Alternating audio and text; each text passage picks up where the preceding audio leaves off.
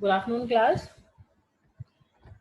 So today we'll continue our class with the same chapter, chapter number 4, chemical bonding. So let's begin our class with the same topic on which we were uh, yesterday, that is octet rule. Yesterday we have done the octet rule, about the basic thing about the octet rule and all those factors which are directly related to that rule. And today we'll continue our class with its limitation. So octet rule was though useful is not universal. Octet rule actually applied for some elements, some related elements only, but it was not actually universal. Why? Because this rules fail on the elements at which are in next periods, means higher periods. Okay, when we go down the group, then what will happen? The periods change. So whenever we go down the group, the number of electron increases, the participating shell will increase. Okay, so this rule was not applied on the higher elements. So it is quite useful for understanding the structure of most of the organic compounds, and it applies mainly to the second period elements of the periodic table. So this was only limited for the second period elements, not for the higher ones, right? So there are three exceptions of the octet rule. The first was the incomplete octet of the center atom. This was the basic exception for this, that in some compounds the number of electrons surrounded the central atom is less than 8.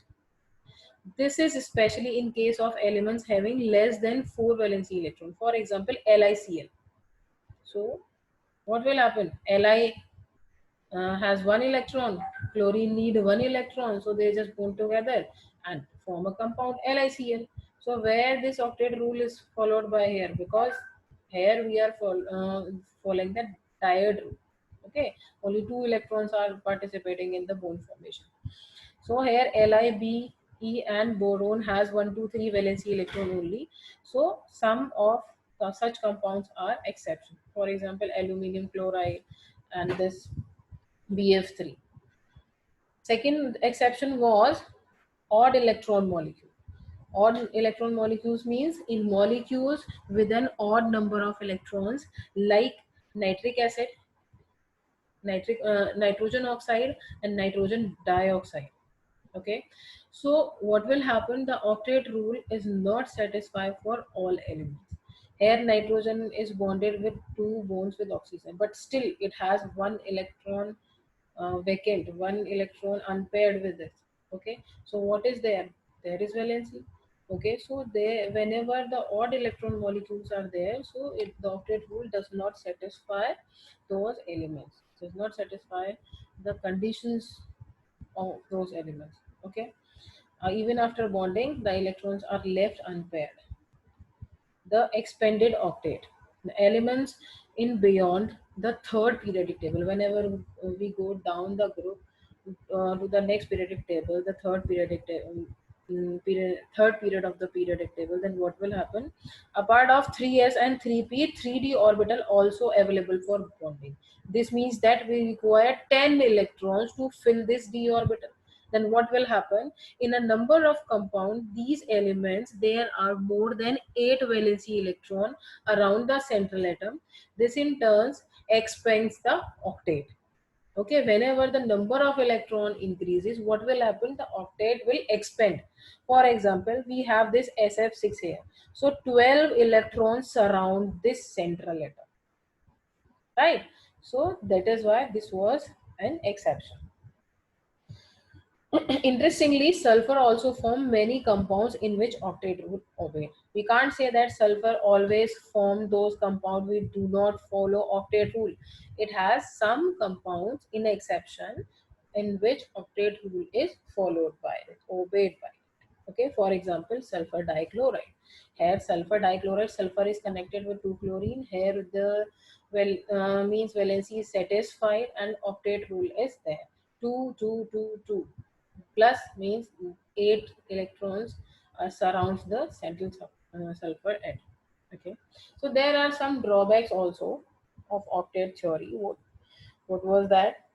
First, it is clear that octet rule is based upon the chemical inertness of noble gases. Why elements combine? Elements combine to attain the noble gas electronic configuration to fill their octet. So it was actually octet rule totally based on the noble gas electronic configuration, right? So some noble gases, except for example, xenon and krypton, also combine with oxygen and fluorine to form number of compounds.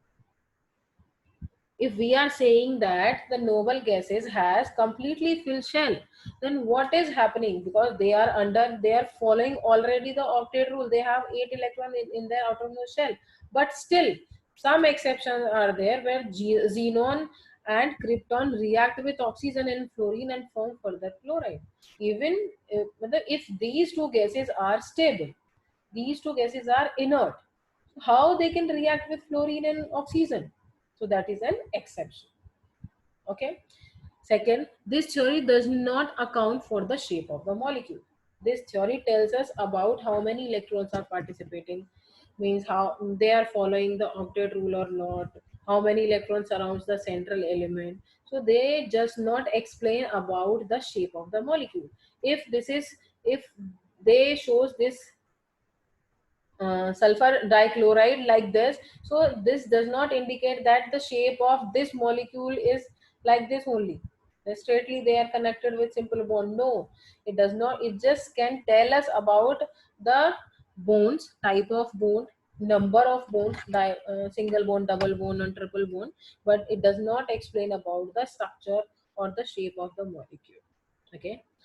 It does not explain the relative stability of the molecule being totally silent, the energies of the molecule. It does not explain about the stability. It does not explain about the energies which is associated with the molecule. Okay. So after that we'll come to ionic or electrovalent bond. This thing I've already told you. Ionic bond and electrovalent bond are same. These bonds just form when a positive ion react with the negative ion. Okay. So this proper arrangement, whenever a negative ion react with the positive ion, so there will be the proper arrangement which is found between the ions when they combine together with specific bonds, right? So there are so many factors on which the formation of ionic bond depend. First, formation of an ion cation. Second, the arrangement of positive and negative ion in a lattice, crystal lattice. For example, this is a crystal lattice. So there is an arrangement. The Na has smaller size because it donates the electron, and Cl is of what bigger size because it accepts the electron, which led to increase in the number of shells, and ultimately the size of the this negative ion will increase. So there should be a proper arrangement. Third, how this thing form. For example, this is M, an element. It's donate its electron, it's remove its electron. What will happen? The ionization enthalpy will be counted there. Okay, ionization enthalpy. Second, when this electron is accepted by this X element, what will happen? The electron gain enthalpy will be there. Okay. And finally, when these positive ion and negative ion combine together, they just form a neutral atom. So electron gain enthalpy is denoted by delta EGH, as we know this thing, right? So what will happen? Whenever these anion or cation, positive ion or negative ion, combine together and form a neutral atom, so in it means they just form an element where we cannot find out any charge, positive or negative charge, is not there on that compound. At that time, that is known as neutral atom or ground state element. So the electron gain enthalpy process may be exothermic or endothermic, right? We cannot say that electron, if it is gaining electron or some electron added to this element, so electron gain enthalpy is evolving. Either it evolve or either it require energy to accept. So this can be endothermic or exothermic. Exothermic means when energy is released. Endothermic means whenever the energy is utilized by in the reaction, or the reaction require energy from the outside. Okay, means reaction is consumed inside, energy or heat energy just consumed inside the reaction. Okay, the ionization enthalpy on the other hand is always endothermic. So whenever the electron is removed from an element, the ionization enthalpy will always be negative. Electron affinity or electron gain enthalpy is the negative of the energy change accompanied by the electron gain. So electron gain enthalpy will be shown as negative and ionization enthalpy will be shown with the positive sign. Okay, so obviously the ionic bond will formed more easily between the elements with comparatively low ionization enthalpy and elements with comparatively high negativity value of electron gain enthalpy. High negative value of electron gain enthalpy means we you if you see electron gain enthalpy written after a reaction, so that will be donated with that will be accompanied by a minus sign and ionization energy will be in positive. Okay, so most ionic compounds have cation derived from metallic elements and anion derived from non-metallic. As we know this thing, the metal have capacity to donate the electrons and non-metals have capacity to accept the electron. Okay, so ionic compound in a crystal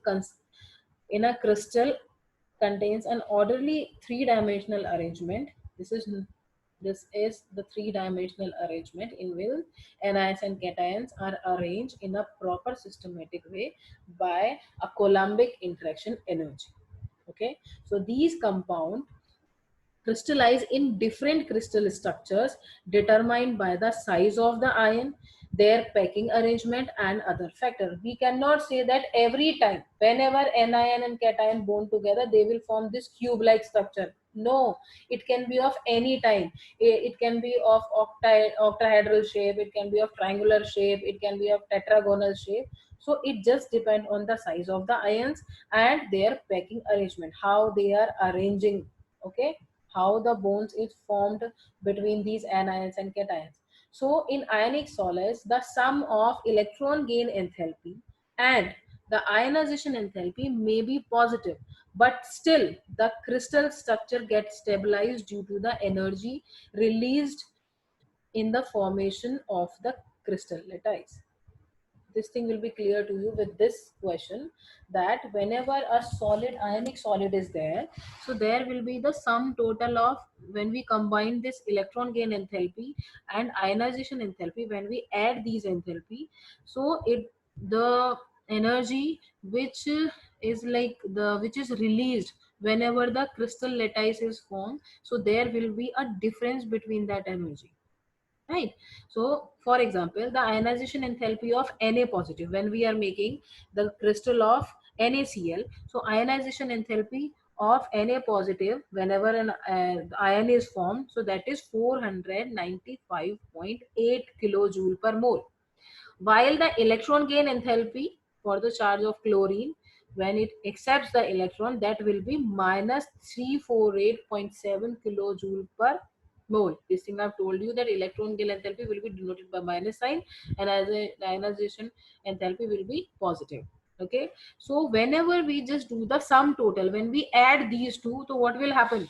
This 495.8 plus minus 348, so there will be plus minus sign, so plus minus minus, so the ultimate, the total energy, sum total energy is 147.1 kilojoule. Okay, so what will happen, the formation of energy, the energy which is released when the lattice is formed, that is minus 788 kilojoule per mole. So what will happen, they just want to say that therefore the energy released in the process is more than the energy absorbed, because the energy is releasing means total ionization energy and electron gain enthalpy is more as compared to the energy which is released by the means lattice when this lattice is formed. So thus the qualitative measure of the stability of an ionic compound is provided by its enthalpy of the lattice formation and not simply by achieving the octet of the electrons around the ionic species in gaseous state.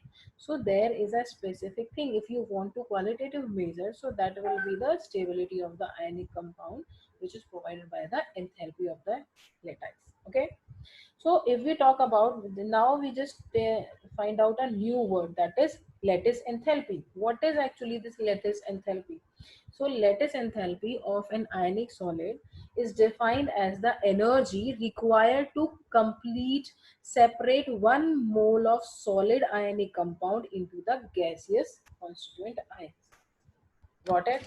So the total amount of energy which is required to completely separate, if you want to separate this Na or Cl, okay, so that amount of energy which is required to separate these two ions into the gaseous ions.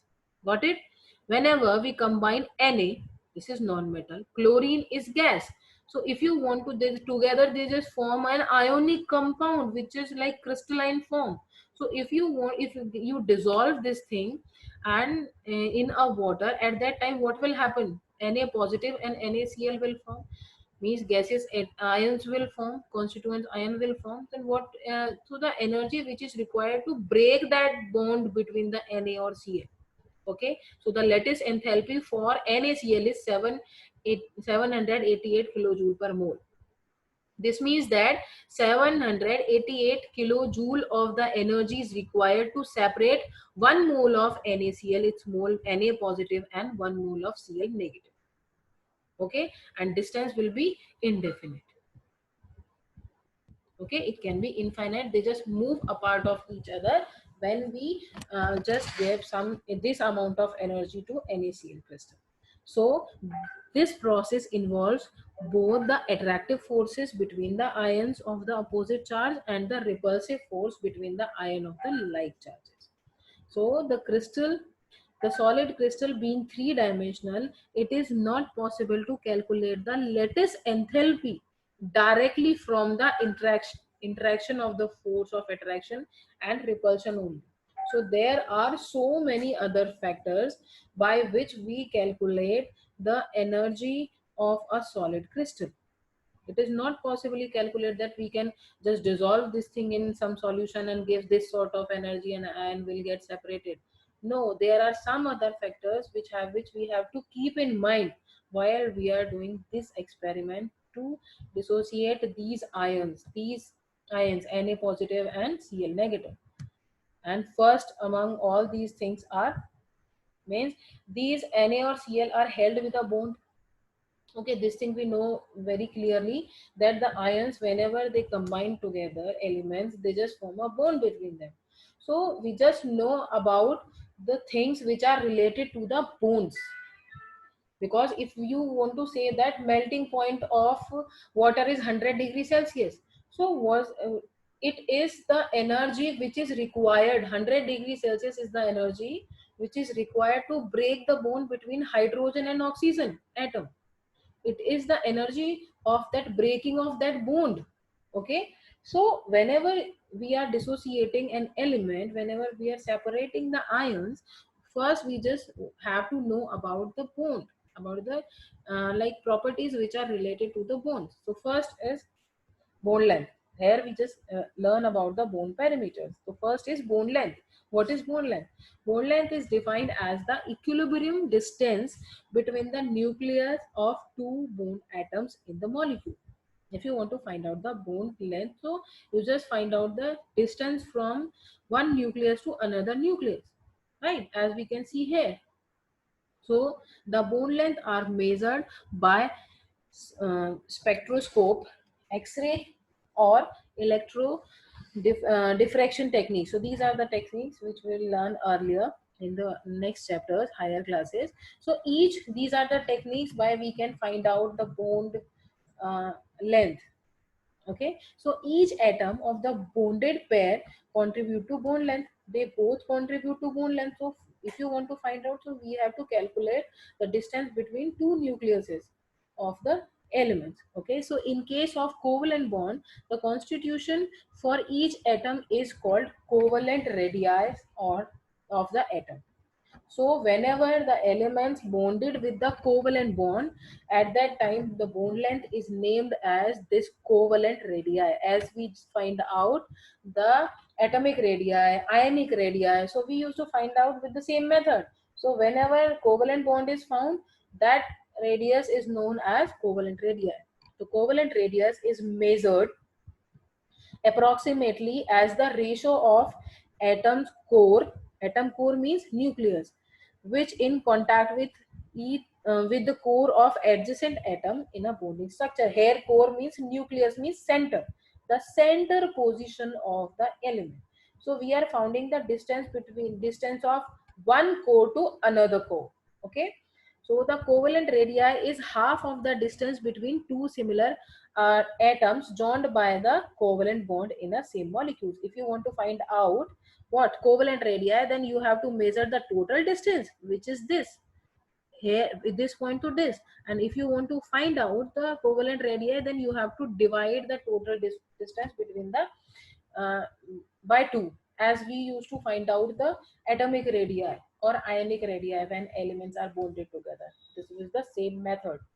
Okay, so the van der Waals radius represent the overall size of the element, which includes its valency shell in a non-bonded situation. If you want to find out the van der Waals radii, so there will be the valency shell and the nucleus, whole thing will be counted. So van der Waals radii count where the bonds are attached with the van der Waals force of attraction. Okay, so the van der Waals radii is half of the distance between two similar atoms in the separated molecules in solids. So whenever we are talking about the solid atoms, solid state component, so if you want to find out the van der Waals radius, then we have to do the same thing. Just find out core to core distance and just divide it by the 2. So that is how we find out the bond length. So we have done with today's class. We'll continue our next class with the next bond parameters, as which are like connected, which are linked to the bonds which are found in the elements. Okay.